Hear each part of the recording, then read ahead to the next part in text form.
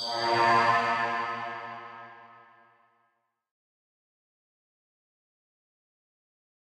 Peygamber, Rabbimdi esке alған кезде ішіңнен еске ал дейді.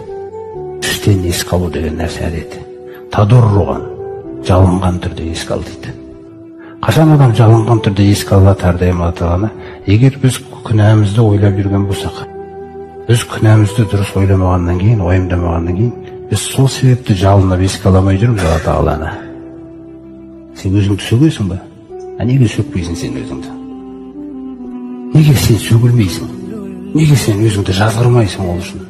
Ал сен өзіңді күнәдан кейін сөкпесең, жазғырмасаң, сен жалынып тоға жасай аламыз ба? Біз жалынып тоға жасай алмаймыз. Ол болмайды, ол анаусыз келмейді ол. Қашан жалынып адам тоға жасайды? Күнәңді уайымдасаң ғана.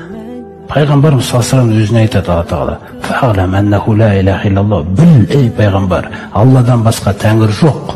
"Вастағфир ли занбика", және күнәң үшін кешірім сұра.